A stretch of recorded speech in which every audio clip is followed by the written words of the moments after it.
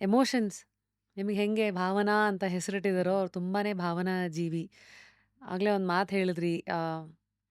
ಎಷ್ಟು ಬೇಗ ಕೋಪ ಬರ್ತಿತ್ತೋ ಅಷ್ಟೇ ಎಮೋಷ್ನಲ್ಲು ಆಗಿ ನಿಮ್ಮನ್ನ ಹೆಂಗೋ ಸಾರಿ ನಿಮ್ಮನ್ನ ಒಪ್ಪಿಸೋ ಅಂತ ಒಪ್ಪಿಸ್ಬಿಡ್ತು. ಒಂದು ಶಕ್ತಿ ಇತ್ತು ಅವ್ರಿಗೆ ಅಂತ. ಯಾಹ್! ಅವರ ಭಾವನೆಗಳ ಆಟ ಹೇಗಿತ್ತು? ಹಾವು ಏಣಿ ಆಟನಾ ಅಥವಾ ಯಾವಾಗ್ಲೂ ಒಂಥರ ಸಮಸ್ಥಿತಿನಲ್ಲೇ ಇತ್ತಾ? ಅಯ್ಯೋ! ಯಾವಾಗಿದ್ರೂ ಹಾವು ಏಣಿ ಆಟನೇ ಅದು.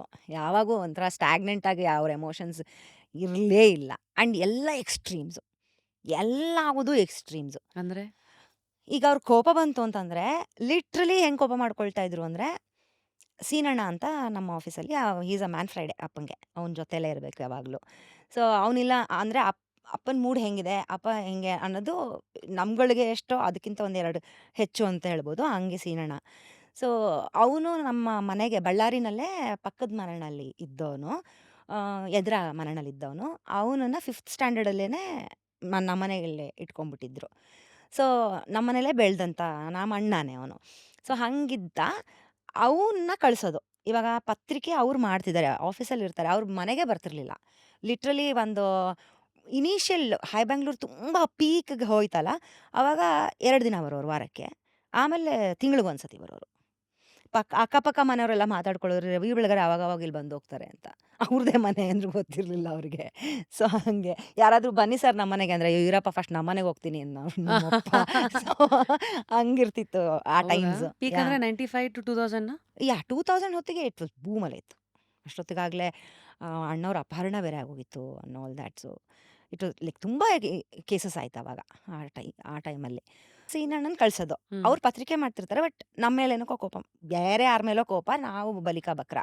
ಸೊ, ನಮ್ಮ ಮೇಲೆ ಕೋಪ ತೋರಿಸೋದು ಅಂದ್ರೆ ಟಿವಿ ಬಿಚ್ಚೋದು, ಫ್ಯಾನ್ ಬಿಚ್ಚೋದು, ರೂಮ್ ಲಾಕ್ ಮಾಡೋದು and he would forget.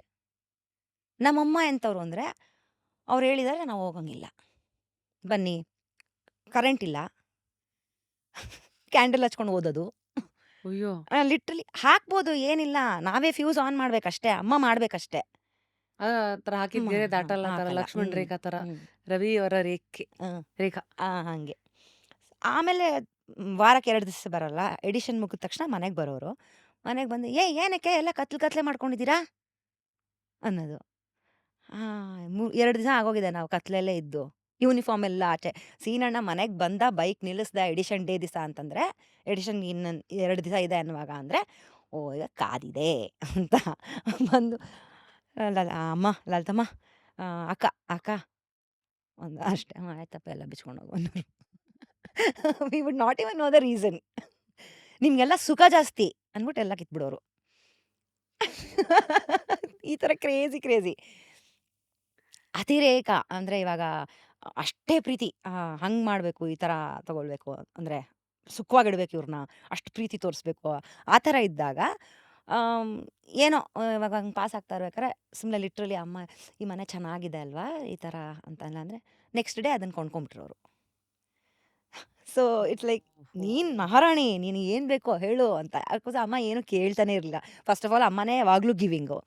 So, ಅವ್ರಿಗೊಂದು ಅದೊಂದು ಬಂದ್ಬಿಟ್ಟಿತ್ತು. ಇವಾಗ ಅಟ್‌ಲೀಸ್ಟ್ ನಾನು ನನ್ನ ಹೆಂಡ್ತಿನ, ಮಕ್ಕಳನ್ನ ಒಂಥರ ಚೆನ್ನಾಗಿ ನೋಡ್ಕೋಬೇಕು, ಆರಾಮಾಗಿಡ್ಬೇಕು ಅವ್ರನ್ನ. ಆ ಥರ ಎಲ್ಲ ಮಾಡೋರು. ಆ ಥರ ಎಕ್ಸ್‌ಟ್ರೀಮ್ಸು ಎಲ್ಲ. ಯಾರು ಹಿಂಗೆ ಮನೆ ಚೆನ್ನಾಗಿದೆ ಅಂದ ತಕ್ಷಣ ಅದನ್ನೇ ಹೋಗಿ ಕೊಂಡ್ಕೊಂಡ್ಬಿಡ್ತಾರಾ? ಹಿಂಗೆಲ್ಲ ಮಾಡೋರು. KR ರೋಡ್ ಮನೆ ಹಂಗೆ ಕೊಂಡ್ಕೊಂಡಿದ್ದವ್ರು. ಹಾ. ಪಾಸ್ ಆಗ್ತಾ ಇದ್ವಿ. ಆವಾಗ ಒಂದಿತ್ತು every Thursday edition hi Bengaluru ಆಚೆ ಬರುತ್ತೆ.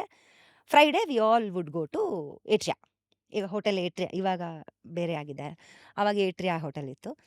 ಸೊ, ಅವಾಗೆಲ್ಲ ನಮಗೆ ಒಂಥರ ಇಟ್ಸ್ ಲೈಕ್ 5 ಸ್ಟಾರ್ ಹೋಟೆಲಾ ಅಂತ ಎಲ್ಲ. ನಮ್ಗೆ ಅವೆಲ್ಲ ಏನೋ ಅಭ್ಯಾಸ ಗೊತ್ತೇ ಇಲ್ಲಲ್ಲ. ಸೊ, ಅಲ್ಲಿ ಹೋದ್ರೆ ಹೆಂಗೆ ಬಿಹೇವ್ ಮಾಡ್ಬೇಕು ಅಂತಾನೂ ಗೊತ್ತಿರ್ತಿರ್ಲಿಲ್ಲ ನಮಗೆ. ಒಳ್ಳೆ ಮಿಕ ಮಿಕ ಅಂತ ಹೆಂಗೋ ಈ ಪಾಶ್ ಆಗಿರೋ ಜಾಗದಲ್ಲಿ ಹವಾಯಿ ಚಪ್ಪಲಿ ಹಾಕೊಂಡು ಹೋದಂಗೆ ಇರ್ತಿದ್ವಿ ನಾವಲ್ಲಿ. ಸೊ, ಹಂಗೆ ಹೋಗಿರ್ತಿದ್ವಲ್ಲ. ಆ ಟೈಮಲ್ಲಿ ಎವ್ರಿ ಥರ್ಸ್‌ಡೇ ಅಥವಾ ಫ್ರೈಡೆ 2ರಲ್ಲಿ ಒಂದು ದಿವಸ ಕರ್ಕೊಂಡು ಹೋಗೋರು. ಇಟ್ಸ್ ಫ್ಯಾಮಿಲಿ ಟೈಮ್ ಅಷ್ಟೇ. ನಾವು 3 ಮಕ್ಕಳು, ಅಮ್ಮ, ಅಪ್ಪ. ಹಂಪಾಂಚ್ ಅಂತ ನಾನು ಹೆಸರಿಟ್ಬಿಟ್ಟಿದ್ದೆ. ನಾವು ಯಾವಾಗೂ ಸೀರಿಯಲ್ ಹಂಪಾಂಚ್. ಬೇರೆ ಇತ್ತಲ್ಲ ಹಂಪಾಂಚ್. ಹ್ಮ್. ಹಂಪಾಂಚಪ್ಪ ನಾವು we are the 5 pillars nobody can break us ಅಂತ ಎಲ್ಲ ಫುಲ್ಲು. ಸೊ, ದೆನ್ ಲೇಟರ್ ಅಲ್ಲಿಗೆ ಕರ್ಕೊಂಡು ಹೋಗ್ತಾ ಹಿಂಗೆ KR ರೋಡ್ ಥ್ರೂ ಪಾಸ್ ಆಗಬೇಕಿತ್ತು. ಪಾಸ್ ಆಗಬೇಕಾದ್ರೆ ಅಮ್ಮ ವಾಸ್ ಲೈಕ್, "ಏ ಚೆನ್ನಾಗಿದೆ ಅಲ್ಲ ಈ ಮನೆ" ಅಂತಂದ್ರು. ನೆಕ್ಸ್ಟ್ 4-5 ಡೇಸಲ್ಲಿ he is taking us to that same house and he is saying we bought this take the key ಅಂತ. ಬಿಕಾಸ್ ಯು ಲೈಕ್ಡ್ ಇಟ್ ಅಂತ. ಸೊ ಈ ಥರ ಎಕ್ಸ್‌ಟ್ರೀಮ್ಸು.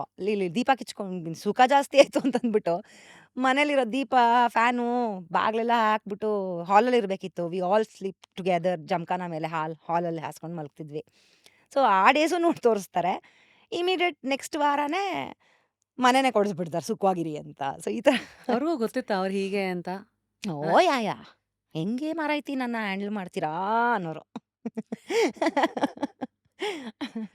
ಬಹಳ ಜಾಲಿಯಾಗಿ ಕಷ್ಟ, ಸುಖ ಎಲ್ಲವನ್ನೂ ನುಂಗೋರು ಅಥವಾ ಆಚೆಗೂ ಹಾಕೋರು. ಒಂದು ಫೇಸು ಅವ್ರದ್ದು ಆ ಥರ ಯಾ ಇತ್ತು. ಯಾ